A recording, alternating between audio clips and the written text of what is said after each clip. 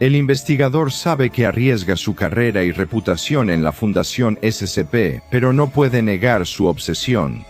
Las criaturas son fascinantes, una especie de insecto anómalo con un patrón único de crear hábitats en humanos. El investigador evitó el proceso de aprobación usando documentos de requisición falsos para acceder a su nuevo sujeto en una cámara de pruebas aislada. Todo es extraoficial, y los insectos llevan meses trabajando duro para hacer un nuevo hogar. Al abrir la celda, sabe que el oficial sobornado eliminará los registros de su tarjeta. El investigador entra y examina su nueva colmena como un niño con un hormiguero. El esqueleto está marchito y deformado hasta quedar irreconocible. La piel se ha vuelto tan delgada como papel de seda. El investigador quiere medir el daño causado. Al asomarse por el hueco donde solía estar el cráneo, es evidente de inmediato, incluso a simple vista, que falta una parte significativa del cerebro del sujeto. Decenas de miles de insectos pululan en la cavidad. Tienen que comer. Las partes del cerebro que han quedado intactas son, según ha descubierto el investigador, responsables de regular las funciones de la colmena. Cada espasmo puede ser un órgano moviéndose o el insecto corriendo dentro. El investigador no lo admitiría, pero adora su colmena. Examinar uno tan de cerca es algo que ningún experto en anomalías de la Fundación ha logrado, lo que hace que el riesgo valga la pena. Al examinar la colmena, el investigador anota cualquier cambio reconocible en su estado. La descomposición y el deterioro llevan meses, al grado que ya casi no se nota diferencia de un día a otro. Aún así, el huésped conserva los ojos, que son otra fuente de alimento para las criaturas internas. El investigador levanta suavemente los párpados, cuidando no dañar la piel, y dirige una linterna a las pupilas inmóviles, esperando ver solo un vidrio sin vida. Llega el shock, los ojos siguen la luz, y con un grito, el investigador deja caer la linterna y huye de la cámara de pruebas. Se siente enfermo, alarmado, angustiado. Pensaban que los insectos solo anidaban en los muertos, no tenían idea de que la colmena seguía viva. Dada la naturaleza anómala de esta especie de insecto y sus características de comportamiento más preocupantes, varios investigadores de la Fundación que examinan su comportamiento han empezado a referirse a ellos como la colmena ósea. Los principales expertos de la Fundación en el campo de la entomología anómala recibieron inicialmente la tarea de realizar un estudio completo sobre los posibles orígenes de la especie, clasificada como SCP-439. Tras su descubrimiento, los hallazgos de la Fundación han indicado una posible conexión entre la colmena ósea y Forficula auricularia, también conocida como la tijereta común. Sin embargo, la naturaleza precisa de la supuesta conexión entre la tijereta y SCP-439 fue difícil de determinar. Algunos dudan que estén conectados. Algunos investigadores dentro del Departamento de Entomología llegaron a convencerse de que SCP-439 era una subespecie previamente desconocida de Forficula auricularia. Tiene rasgos físicos parecidos, como cuerpo aplanado, alargado y antenas delgadas, a menudo asociados con las tijeretas, así como las características pinzas en la punta del abdomen. Las similitudes físicas que comparten empiezan a diferenciarse en su coloración. La mayoría de las tijeretas son marrón rojizo, pero SCP-439 es gris y semitransparente. Su esqueleto externo mide 2.5 centímetros de largo, lo que es bastante estándar para sus contrapartes no anómalas. Algunos no están de acuerdo. Entomólogos anómalos señalan que el comportamiento de SCP-439 difiere mucho del de la tijereta común. Según ellos, las diferencias son tan extremas que una relación biológica entre ambos es casi imposible. Forficula auricularia es nocturna, se alimenta de restos vegetales y animales muertos y se esconde bajo piedras o troncos podridos de día. Se consideran una plaga doméstica común para los humanos, ya que suelen invadir cualquier pequeña grieta oscura dentro de las casas que sea lo suficientemente húmeda para poner huevos. Las tijeretas se alimentan de materia orgánica, lo que significa que cuando infestan hogares humanos, a menudo pueden consumir alimentos almacenados en alacenas y despensas de la cocina. Su nombre coloquial en inglés, earwigs, viene del inglés antiguo escarabajo de oreja, por la forma de sus patas traseras, que parecen orejas humanas al desplegarse. Existe la creencia errónea de que estos invertebrados entran en los oídos humanos al dormir, e incluso que ponen huevos dentro del cuerpo. Aunque esto es falso y no describe la reproducción de Forficula auricularia, no ocurre lo mismo con el SCP-439. En un entorno seguro, el SCP-439 es relativamente seguro para la interacción humana. Como la tijereta, si el insecto se siente amenazado, usa sus pinzas para dar un pellizco doloroso. Sin embargo, se cree que estas pinzas sirven más para ahuyentar a posibles depredadores que para causar daño a los humanos específicamente. Sin embargo, esto no significa que SCP-439 no represente un peligro para los seres humanos. De hecho, es todo lo contrario. La mayor diferencia entre SCP-439 y Forficula auricularia son sus métodos para construir su hábitat y reproducirse. Este es el principal factor del comportamiento anómalo del insecto que representa un riesgo para los humanos porque SCP-439 los usa como huéspedes. Esto se vio cuando investigadores de la Fundación SCP hicieron un experimento donde un miembro del personal, clase D, llamado huésped de prueba 1, pasó 24 horas en un entorno de prueba controlado. El único otro habitante de la habitación era SCP-439, aunque esto se le ocultó al huésped de prueba 1. Antes del experimento, otras formas de vida fueron dejadas cerca de SCP-439. Aunque el insecto parecía mostrar poco interés o conciencia hacia cualquier cosa que no fueran humanos, todas las demás criaturas fueron rechazadas de manera uniforme. Mientras editaba el próximo episodio sobre el aterrador misterio SCP, que verás muy pronto, me encontré con un programa de edición cuyas habilidades parecen casi sobrenaturales.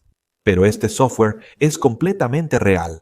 Estoy hablando de Opus Clip, y si aún no has oído hablar de él, ahora es el momento. Este software tiene habilidades que hacen que mi proceso de edición sea increíblemente rápido y eficiente. Y los principales creadores de YouTube, como Stephen Bartlett, Jubilee, Logan Paul, Mark Rober, Lewis Howes y muchos más ya lo están usando.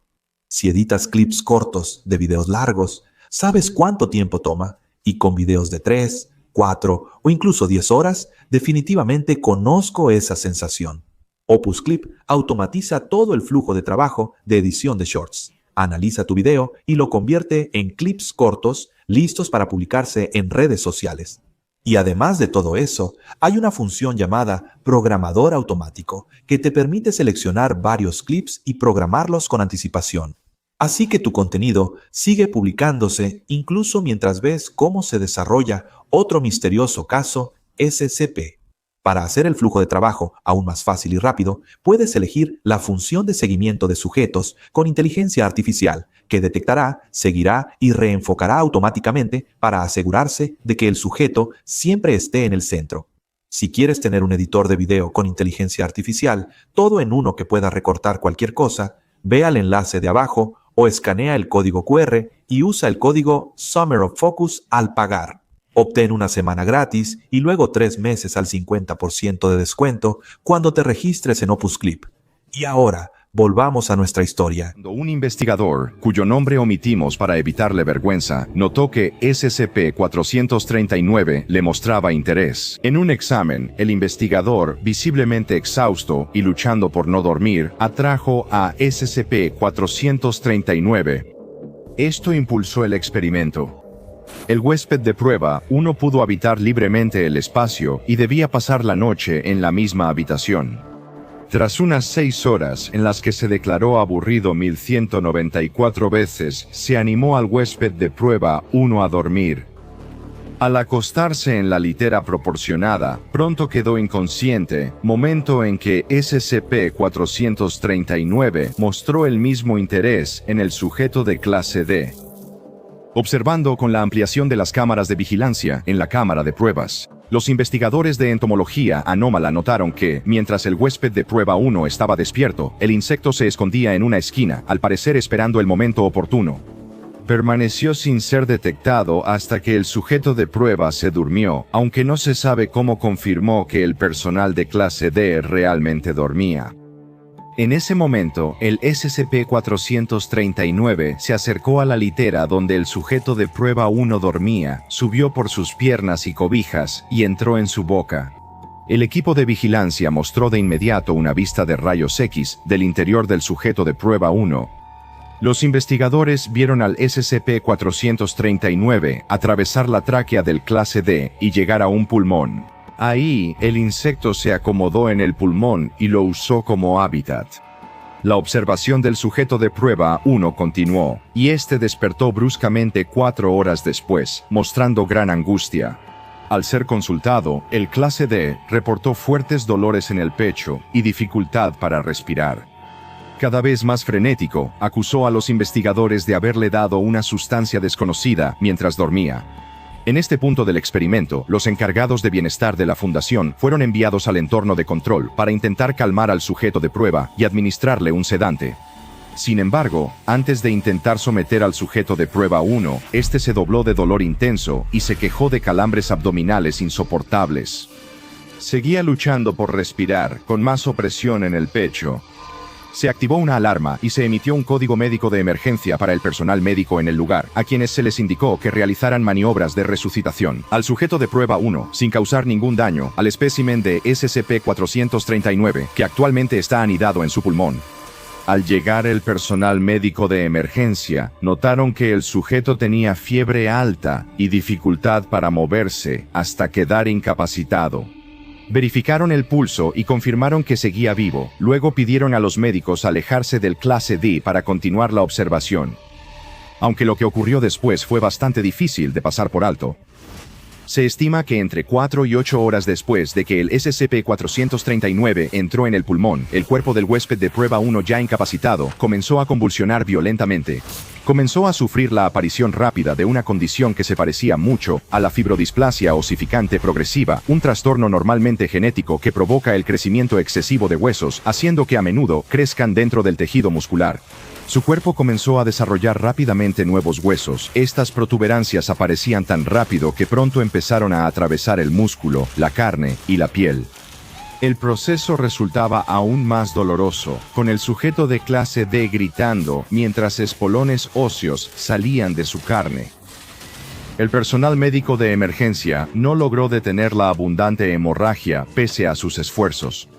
Sus esfuerzos se dificultaron por el movimiento del huésped de prueba 1, quien recuperó algo de conciencia, evitó a los médicos de la fundación y trató de esconderse bajo la litera. Luego, los expertos en entomología anómala concluyeron que algo en el proceso los hacía buscar refugio, siendo atraídos al espacio cerrado y oscuro más cercano. Algunos sugieren que si la alteración del huésped de prueba 1 por SCP-439 hubiera sido en una casa, pudo haberse dirigido a gabinetes, armarios o conductos de calefacción. Los equipos de investigación que observaban al huésped de prueba 1 presentaron peticiones para continuar el experimento sin tratamiento en caso de que hubiera más desarrollo en la condición del sujeto. A pesar de la fuerte oposición del siempre redundante Comité de Ética de la Fundación, se autorizó la continuación del experimento y el huésped de prueba 1 fue dejado sin tratamiento durante 3 días completos. 2 días después de la continuación, los investigadores solicitaron que se cortaran las transmisiones de audio de la cámara de pruebas, ya que se sentían incómodos al escuchar los gritos de dolor de los sujetos de clase D. Al tercer día, el sujeto estaba inmovilizado, en gran parte debido al dolor insoportable de los nuevos huesos y la dificultad para respirar. En ese momento, el sujeto inició la fase final de la transformación, según el equipo de investigación. Escondido bajo la cama en su nuevo hogar, el sujeto se acurrucó en posición fetal y, según los rayos X, su estructura ósea seguía cambiando de forma anómala. Partes del esqueleto del sujeto de prueba 1 empezaron a moverse dentro de él. Mientras esto ocurría externamente, el resto de su cuerpo se estaba marchitando, encogiendo hasta aproximadamente 3/4 partes de su tamaño original. Esto continuó hasta que el cuerpo del sujeto quedó casi completamente esférico. Aunque nuevas protuberancias óseas continuaron creciendo después de la cesación de los signos vitales regulares, estas nuevas protuberancias parecían anclar el cuerpo del sujeto en su lugar, manteniéndolo permanentemente en su nueva ubicación. En este punto, se aprobó el permiso para realizar un examen detallado del sujeto de prueba 1. Miembros del equipo de investigación entraron a la cámara de pruebas con protección en cara y manos.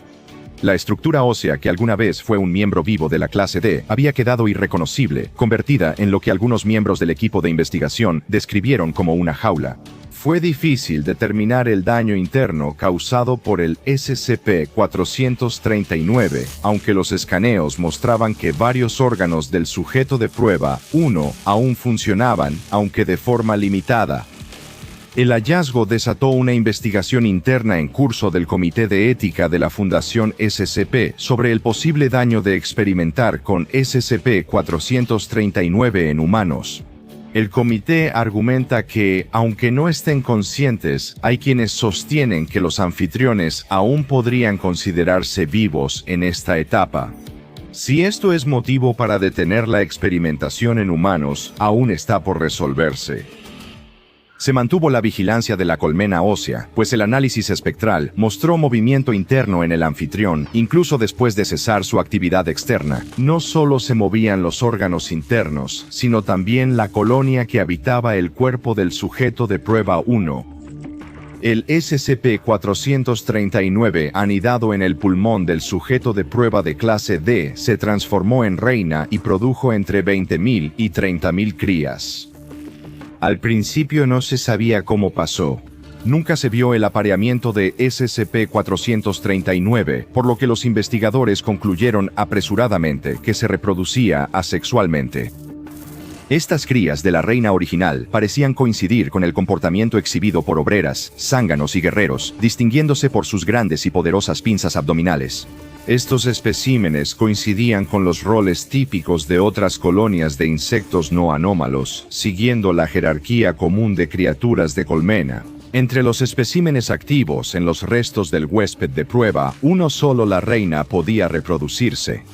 Durante un tiempo, se consideraron procedimientos de cuarentena, así como la incineración total de la colmena ósea por parte de operativos de la destacamento móvil usando lanzallamas para prevenir una posible infestación.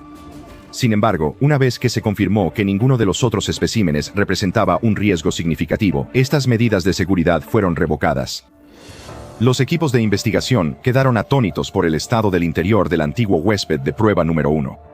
La estructura interna era casi irreconocible como cuerpo humano, pues varios órganos habían sido removidos y aparentemente destruidos. La ausencia de desechos o tejido residual sugiere que los órganos fueron consumidos por los miembros de la colmena SCP-439 como alimento. Algunos órganos fueron adaptados por las obreras como cámaras de incubación para los huevos de la reina del insecto. Lo más notable es que los expertos en entomología anómala observaron lo que consideraron un rasgo de comportamiento innato que parecía ser único en los especímenes de SCP-439. Las tijeretas anómalas usaban el sistema digestivo del huésped para procesar materiales orgánicos que los guerreros recolectaban y depositaban en su estómago. Después, la colonia manipulará los intestinos de su huésped y descompondrá la materia orgánica en nutrientes. Esto luego se utiliza como alimento para los insectos y además permite que la estructura del huésped se mantenga sin sucumbir completamente al colapso total. El estado en el que se mantienen los huéspedes fue descrito por un entomólogo de la Fundación como una muerte en vida. Sin embargo, las colonias de SCP-439 no son permanentes. Su función biológica principal parece ser recolectar materia orgánica de su huésped hasta que la colonia produce una nueva reina. Esto pasó en los primeros 6 meses tras implantar SCP-439 en el huésped de prueba 1. En otros casos, una nueva reina puede nacer en tan solo 4 meses. Una vez que esta nueva reina ha surgido de entre las filas de la colonia, seleccionará un zángano para aparearse. Este proceso cambió totalmente la idea del entomólogo de la Fundación. Antes se pensaba que SCP-439 se reproducía asexualmente. El espécimen anterior ya tenía descendencia para iniciar una nueva colonia antes de ser hallado por la Fundación. Cuando la nueva reina es inseminada, la colonia termina su trabajo. Los SCP-439 se autodestruyen al romper el censurado en el huésped, eliminando casi todos los insectos y protegiendo a la nueva reina. Las obreras y los zánganos no pueden sobrevivir fuera del huésped, mientras que los guerreros abandonarán la colmena para morir después de haber completado sus tareas. Estos insectos no pueden consumir ninguna materia orgánica aparte de la papilla de nutricolmena producida por la colonia, así que inevitablemente morirán una vez que abandonen su colmena de origen. La única sobreviviente, la nueva reina de reemplazo, saldrá entonces de la colmena ósea, fertilizada y lista para localizar a un nuevo ser humano que sirva como huésped para la siguiente colonia. Estas reinas, SCP-439, pueden mantenerse fertilizadas casi indefinidamente hasta entrar en un nuevo huésped, pero no pueden implantarse en mamíferos que no sean humanos. El huésped ahora vacío de la colonia anterior dejará de mostrar cualquier signo residual de vida después de la evacuación.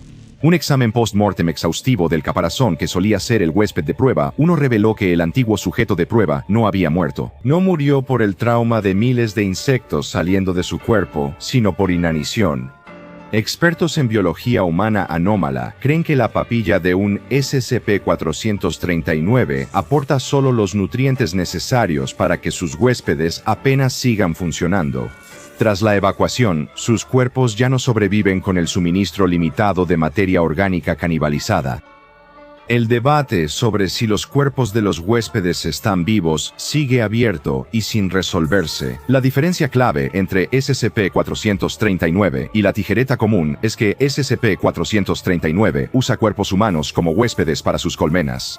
La gran diferencia ha hecho que se crea que ambas especies solo tienen una semejanza superficial, atribuida por algunos a una coincidencia evolutiva. El comportamiento de SCP-439 es tan inusual que muchos investigadores de la Fundación consideran imposible que sea pariente de la tijereta común. SCP-439 debe estar en el sitio de investigación armado 45, en el ala de formas de vida peligrosas, en una unidad de contención segura con suministro de oxígeno. El manejo del espécimen solo está permitido al personal con autorización de nivel 2 o superior, y debe ser alimentado regularmente a través de un tubo de alimentación, utilizando únicamente las sustancias nutritivas aprobadas. El espécimen estudiado por la Fundación fue recuperado en China continental. No se han reportado avistamientos de insectos similares en las cercanías de la provincia redactada ni en ninguna otra parte del mundo. El único ejemplar conocido lo encontró la Fundación SCP. Esto no ha descartado la posibilidad de que existan otras colonias de SCP-439 en otros lugares.